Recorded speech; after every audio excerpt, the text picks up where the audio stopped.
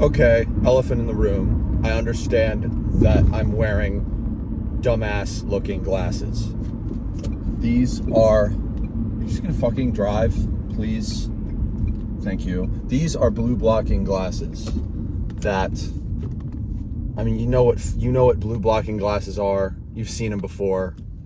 It's not a fucking sponsor, okay? I'm just wearing them on my face because I want to wear them on my face. Oh, Luke, he's a biohacker. He's doing all this stuff and probably doesn't even work. Shut the fuck up. Okay?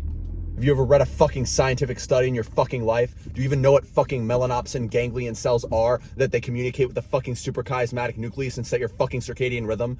Shut the fuck up.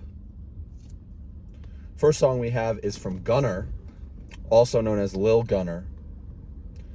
A lot of lore with this guy. This is not gunnr, by the way. Not gunnr, though I have no qualms with gunnr.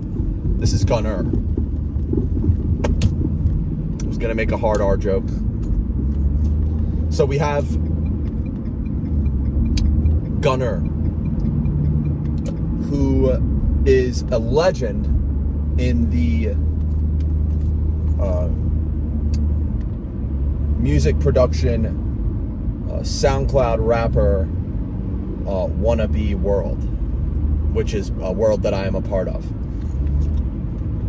This guy, let me just paint you a picture.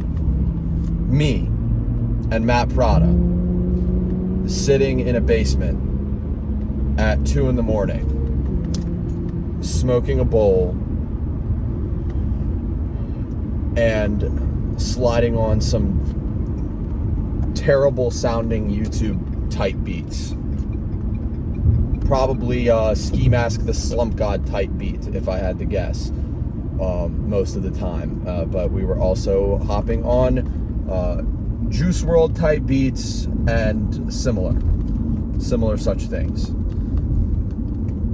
I believe one time we hopped on a Shawn Mendes type beat as a joke, and made a song called Drunk Driving about how much we loved drunk driving and how much we loved doing it, which was a joke, and I've never drunk driven before. Don't ever drunk drive. And the whole time we were using something called gunnr presets.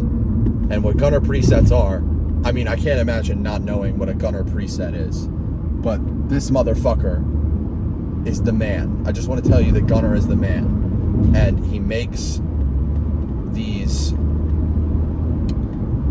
FL Studio presets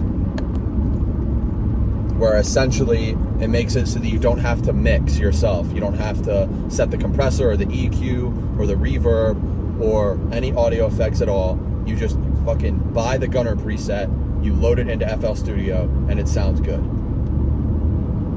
And it's amazing. And we've made probably 50 fucking songs on the gunnr preset, if not more. And they all sounded phenomenal. And it was an incredible time of our lives.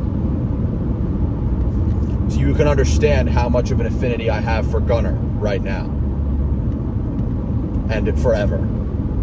And it just so happens that gunnr's music is good as fuck. It really is good as fuck, in my opinion. There is no such thing as good music. There is no such thing as bad music. It is all a matter of the listener. Up to the listener. Fucking, I'm gonna shut up. I'm gonna shut the fuck up. One thing that you should listen for in this song, I didn't even tell you the name of the song. It's called So Much More. It's on a pretty recent album that gunnr did. I discovered it because I was like going back through, I was checking in with gunnr because I noticed that he was opening for some of Aries' shows, as was another artist in this track list that we're getting to later. But gunnr, I saw that gunnr was doing some shows for Aries, doing some openers, and he ended up not being the opener for the show me and Matt Prada went to, which is very upsetting. I'm not gonna lie. I was fucking pissed. I wanted to see gunnr. I wanted to fucking see gunnr. I was pissed. I'm fucking pissed. I'm still pissed. I'm fucking pissed.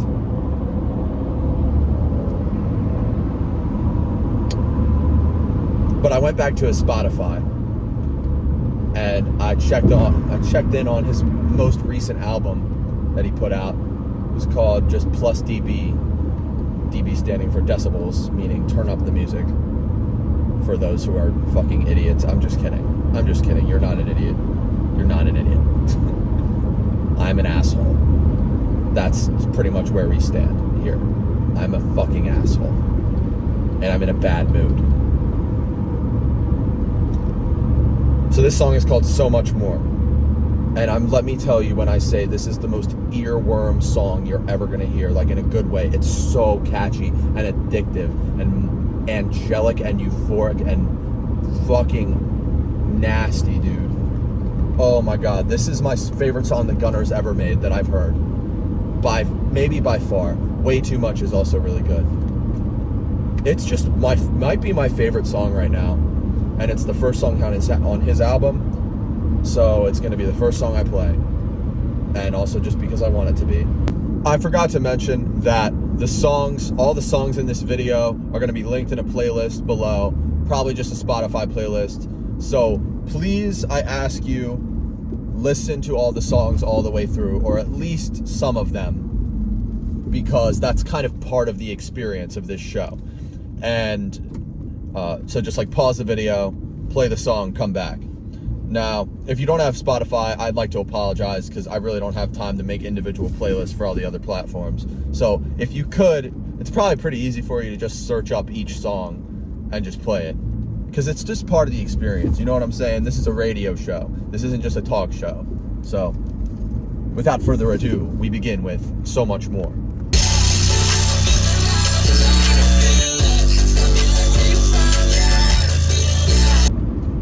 gunnr is in fact a looks maxer. If you go to his Spotify profile or his Instagram, you will see a very sharp jawline. I do believe he gets that from the jelk maxing that he does and the bone mashing.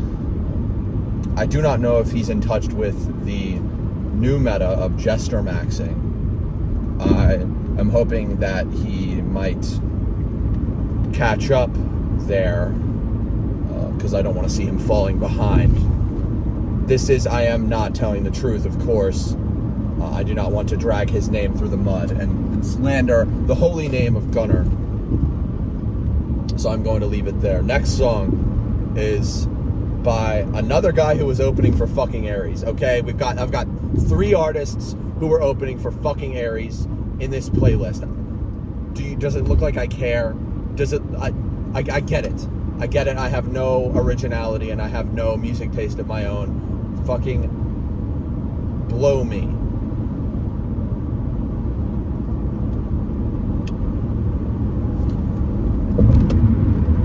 This artist is midwxst, and you maybe have heard of midwxst. He's been around a little while.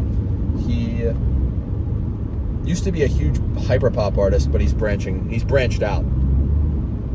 He might have even been branching out at the beginning. I'm not like a huge midwxst guy, but every now and then I'll find a midwxst song and I'll be like, fuck, that's good. He's one of those for me.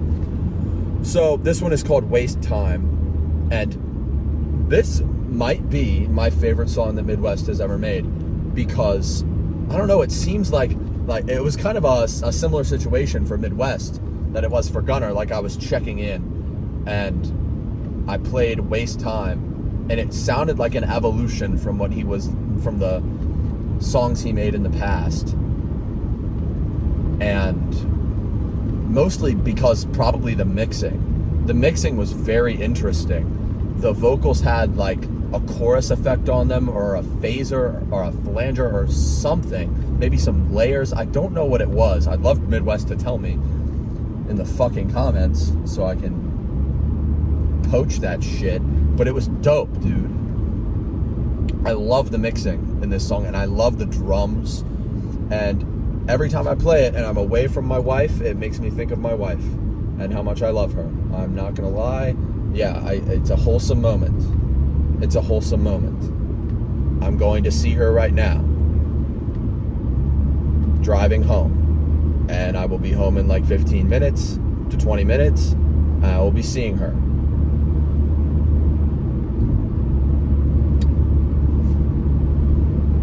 And I love her very much. What was I talking about? Waste Time by midwxst. Just another little touch, just another little hug, just another little thing, and I It's just such a good song to play when you are thinking about a gal, your sweet sweetie, whom you love and you miss. That's all I gotta say. That and all the other stuff that I've already said. In case you were wondering, yes, I did steal the term sweet sweetie from Hive Mind. If Hive Mind is watching, I would love to make a video with Hive Mind. All right, next up is an artist that I am just recently have started to get into. It's Jane Remover, and I just made a video, an entire video about the album that this song is from. It's called Revenge Seekers. And just to recap, I love the cover art for this album more than I have loved most other cover arts for any album ever. It's so cool. It's so cool. She's got a fucking sword, bro. She's got a sword. And there's flames and there's fire. And it's so artistic and also at the same time so hype of music. And it's hard to get both of those at the same time. And in my opinion, Jane Remover is one of the best examples of the fact that auto-tune as a tool is not a crutch, because you can use auto-tune all you want. Any schmo can load up auto-tune in a digital audio workstation, but none of them can sound as good as Jane, at least in my opinion. Any fucking bozo can boot up some auto-tune, but not all of them can write a really good song with really good melodies that they put together. So this song is called Fadeoutz, and it is most definitely one of my favorites on the album. I was going to do Dream Flasher, because that's probably my favorite, but I've listened to that song too much, and now it's kind of gotten old for me. So this one's more fresh. I've literally pretty much just listened to it for the first time today. Well, I've listened to it 3 times, twice before today, but I've become more familiar with it now. The best way to describe this song would be melodic masterpiece.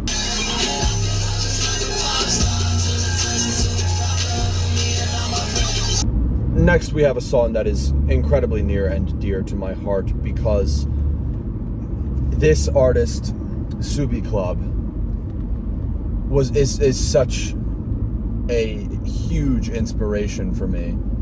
tsubiclub is almost either half or nearly completely, haven't decided yet, the reason why I cannot drop a song without making a music video for it. Because tsubiclub's music videos are the most enjoyable pieces of media that I've ever seen. The music video for this song I'm about to show you, called Laced Up, is my favorite music video of all time, and to call it a music video is really doesn't do it justice, that term. It is a cinematic musical experience like no other. I find it more enjoyable than any musical I've ever watched on a television screen or on a movie theater screen. It's a 10-minute long, beautiful project that was worked on by, I believe, hundreds of people. And it took him like 3 years or something to make one music video for one song. He didn't drop anything for 3 years, and then he came back with one song, And it's been like another year. He hasn't done anything. He hasn't dropped anything because he spends so much time on this one song. It's nuts what he's doing. I mean,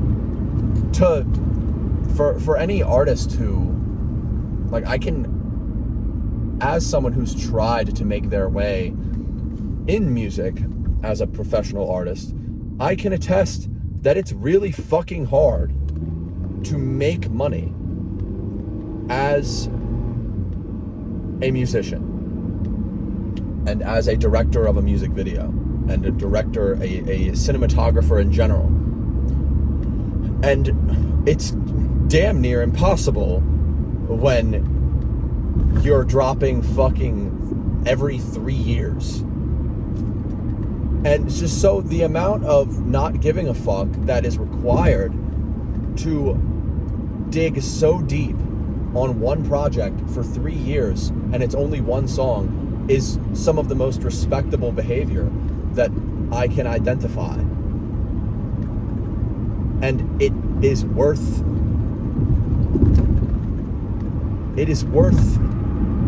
so much. It is just, I'm only going to be able to play the song, but you have to go watch the music video to understand what I'm talking about. There's animation. The shots are incredible.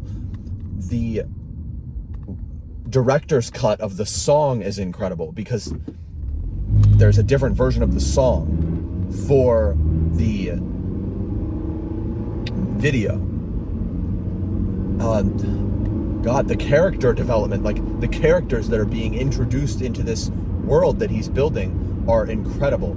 That if you like, you have to, it's so detailed that you have to pause the fucking video every half second sometimes to understand everything that's going on. He's using fucking, I'm swearing a lot, I'm sorry. He's using like deep cut scientific terms to explain stuff. One of them being stereoisomer pair. Go figure out what that is, because I had to Google it. And the music too. Like this is not to outshine the music. The music is just as good. This is, and it has inspired me to give more effort to the music videos that I create, because I used to view a music video as just a purely promotional tool. Like you make a song and then you have to make a music video so that you can so the song does well. I don't view it as that anymore. It is part of the song. It makes the song real. I never want to make a song again without making a music video for it because of Soren and tsubiclub and what they've done. And on top of that, I never want to make a song without sound designing some of my own shit inside of that song. That's another thing that Soren and tsubiclub have inspired me to do. He has made me fall in love with the art of sound design. Because he does a lot of his own sound design. Most of it, if I am not mistaken, for the songs. Other people might do the sound design for the video. Maybe. It also might be him.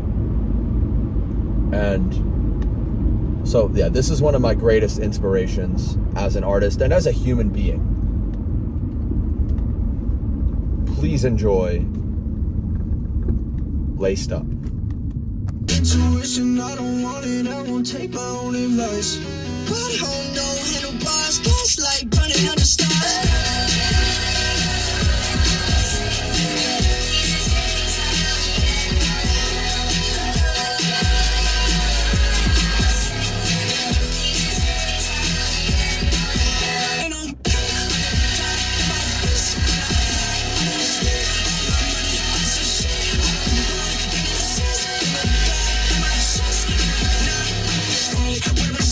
If I can't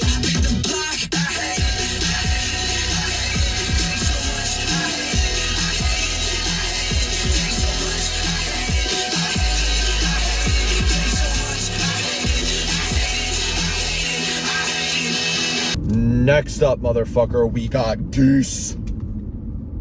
We got fucking Geese. I believe I've heard that there's a bit of a dichotomy, if you will, amongst musicians or music listeners, more accurately speaking, that some people love Geese and are infatuated with Geese. Geese is a band, by the way. I did not know this until about 3 or 4 months ago. Some people are infatuated with Geese, and some people absolutely despise Geese. I might be one of the ones that is incredibly infatuated with Geese. They are bringing back something that needed to be brought back, a sound that needed to resurface, in my opinion, and they are introducing new things to the table because they are a modern band that is playing music that is seemingly inspired by older art. And you can imagine how this leads to some interesting developments. But mainly, they just make some really groovy and interesting shit. They have some really cool instruments that they use. They have the older influence. The lead singer, I believe his name is Cameron Winter, if I'm not mistaken, has an incredibly interesting voice. It's like this southern twang. When I was playing one of their songs in the car, Abby told me that he sounds like an old man. Like he sounds like a 90-year-old man. This dude's like in his 20s, I'm pretty sure. So it's interesting. He has a very interesting sound. And you know what it kind of reminds me of? I don't know if anyone out there has seen the short series that was on Cartoon Network probably 15 years ago called Over the Garden Wall. Maybe 10 years ago. It was called Over the Garden Wall. And it was kind of there was something about it. It was just this little wrinkle in time, this little small moment, small project that released. I think it was just the whole thing all at once released, and then it was over. And it made such an impact, I feel like. If you haven't watched it, you have to watch it. It's so cool. It's like these two brothers, I think, who get lost. I haven't watched. Don't think I've watched it probably since it came out. But it's these two brothers who go over this garden wall and they get lost, and they are trying to find their way back, and they're running into all these different places and all of these monsters and creatures and stuff. And it's dark and it's scary and it's really interesting. And for some reason, what I've heard from Geese so far is, and all I've heard is from the Getting Killed album. That's all I've heard, because my man Kyle, my cousin-in-law, I guess, is what he is. He's my cousin's husband. Well, they're getting married soon. He put me onto Geese. Kyle's the man, and he put me on to Geese, and this Getting Killed was the album that he told me to listen to, and boy am I happy that he did, because this shit is good. This shit is good. And the song that I'm going to play is called Islands of Men, and it's so interesting. Oh, and it's just catchy as fuck too, and it creates a feeling of aloof comfort and coolness. And it is the perfect song to listen when you're out for a fucking late drive at night in the city or some shit, or maybe through the fucking country on a sunny day. I don't know. Islands of Men. Will you stop Good morning, motherfuckers. It is not the next day. It's like 2 days later.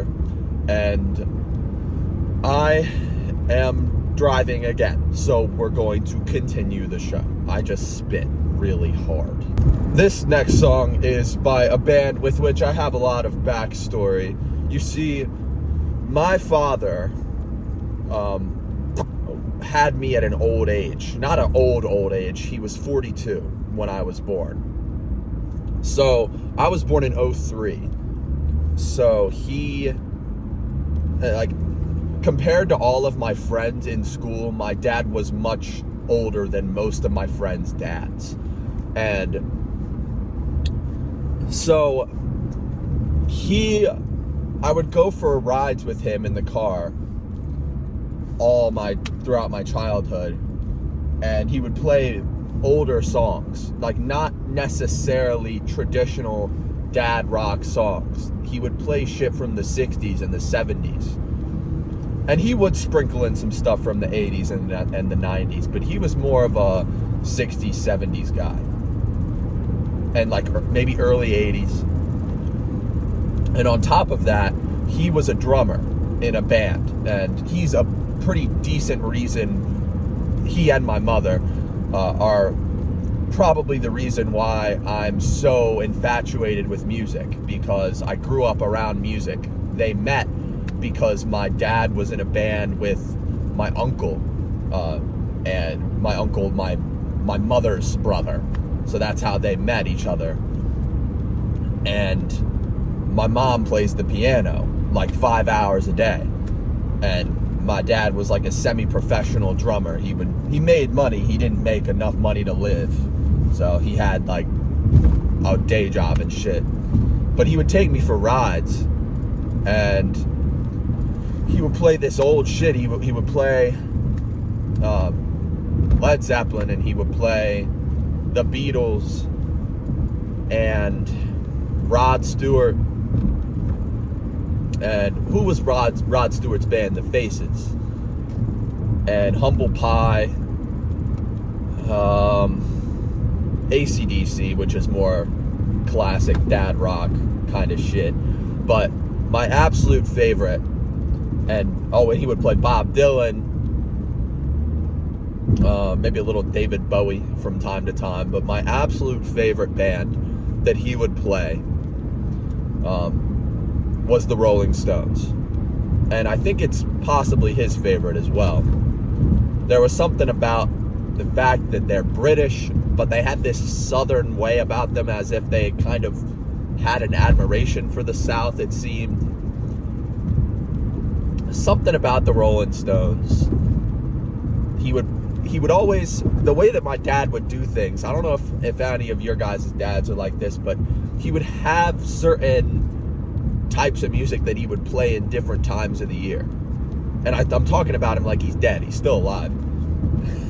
And I still spend a lot of time with him. But he has this thing where he has different kinds of songs that he plays in different kinds of the year. So if it's the dead of winter, he'll play a lot of Bob Dylan, because it's like, it's fucking sad, depressing music.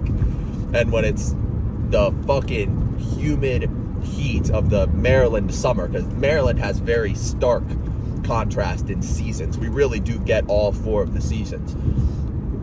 So when it's a hot, humid summer, he will be playing Exile on Main Street by the Rolling Stones. It's an album that they made when they were, he told me the whole backstory about it. They had to leave New England, Jesus, the United Kingdom, because of the taxes were so high, and they couldn't go to America for some reason. So they were like living in this fucking trailer in France.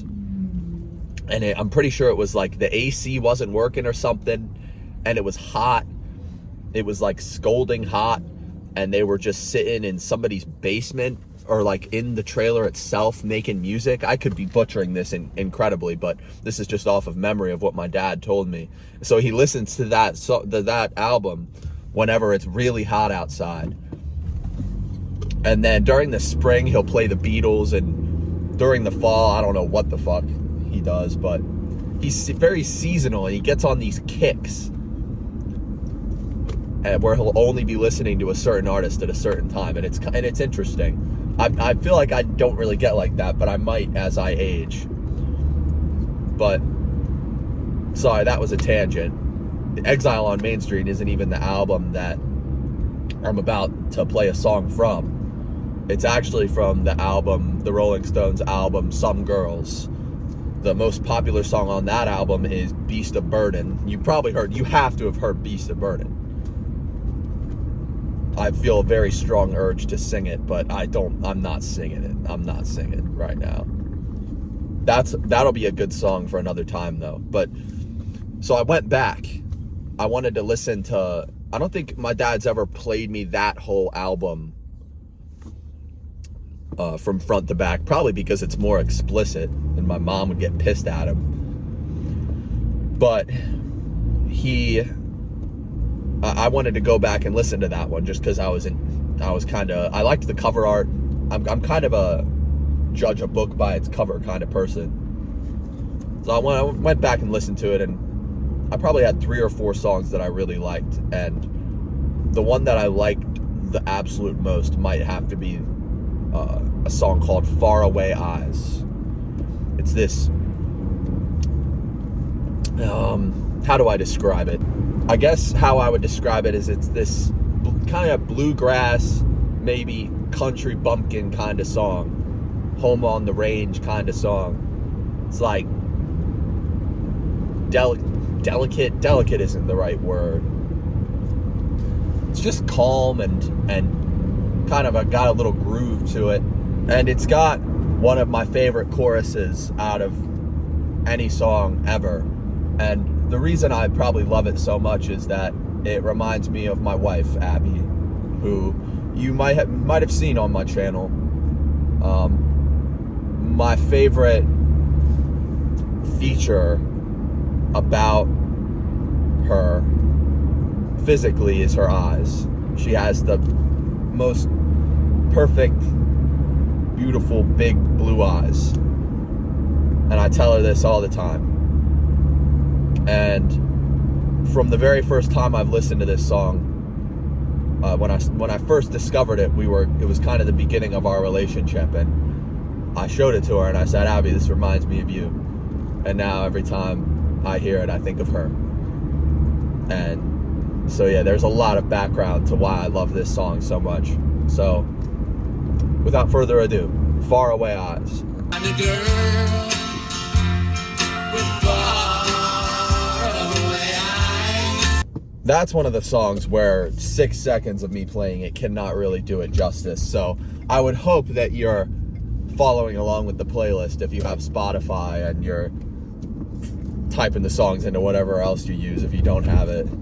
I hope you're listening to most of these all the way through. But if you didn't, there's also a really funny, I don't know, Mick Jagger's just kind of funny in that song. He's just like talking about how he's listening to the preacher on the radio station, and he says you always have the Lord by your side, and because he's hearing this, he's so excited, so he runs 20 red lights in his honor, he says, just because he knows that it'll be okay. And that's just pretty funny to me. Now, I apologize if you take offense to that as a Christian. It's not, I don't believe it's meant to be necessarily disparaging of your religion. I showed it to Abby, and she said she's a Christian, and she says she's not really offended by it at all. So yeah, next up is, can you guess?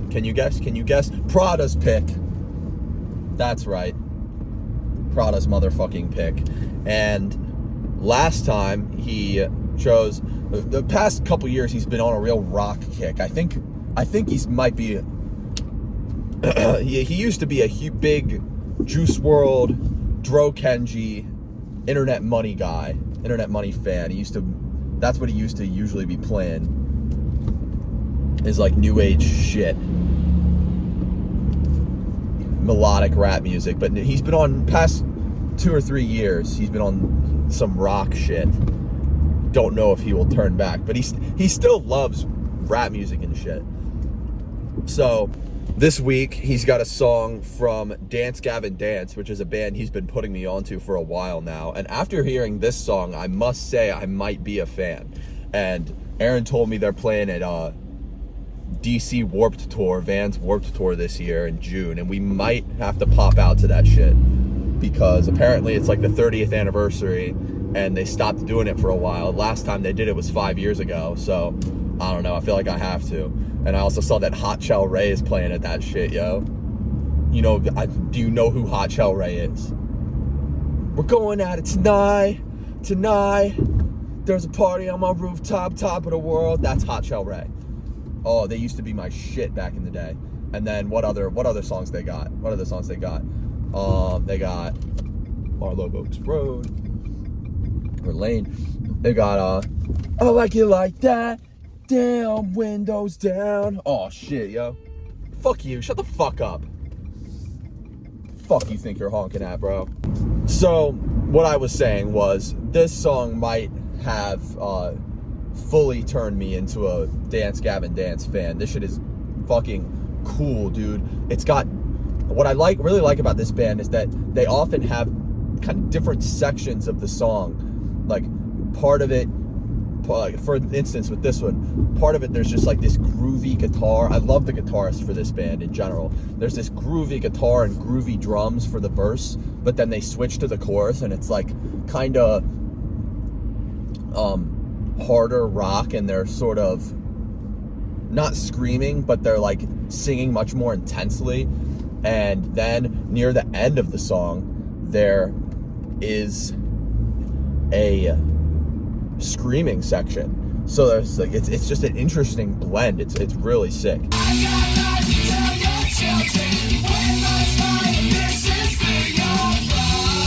Thank you again, Sir Prada, Mr. Prada, for your contributions. Next up, we've got yet another artist who has opened for Aries on his tour.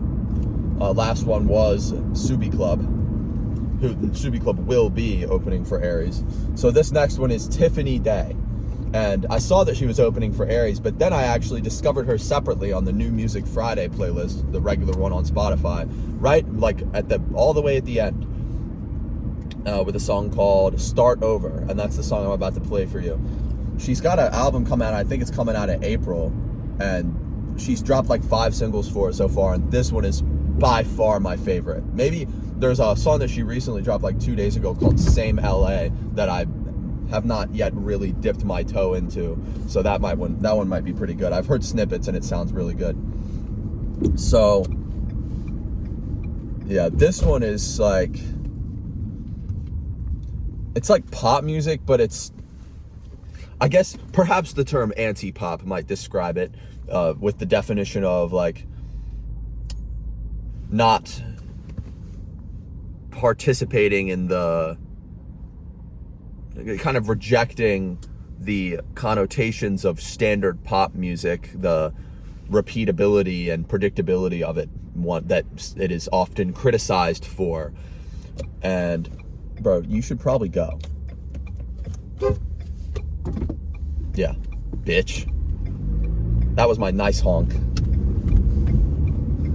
Motherfucker almost made me miss that shit.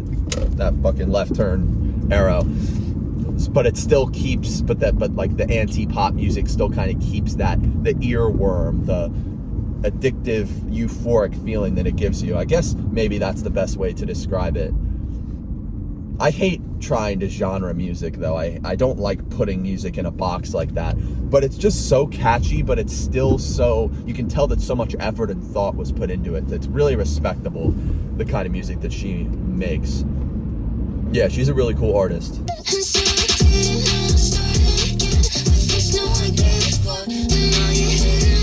Alright, next we got a song from the peak of the internet money era, around fucking 2020, 2021. It's a Dro Kenji song. Dro Kenji's the fucking GOAT, yo. If you don't know who Dro Kenji is, then, oh, you're a perfectly fine person. There's nothing wrong with you, because he's kind of niche. But, oh,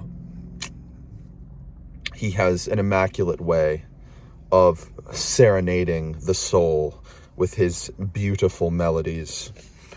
And he and Census is his producer.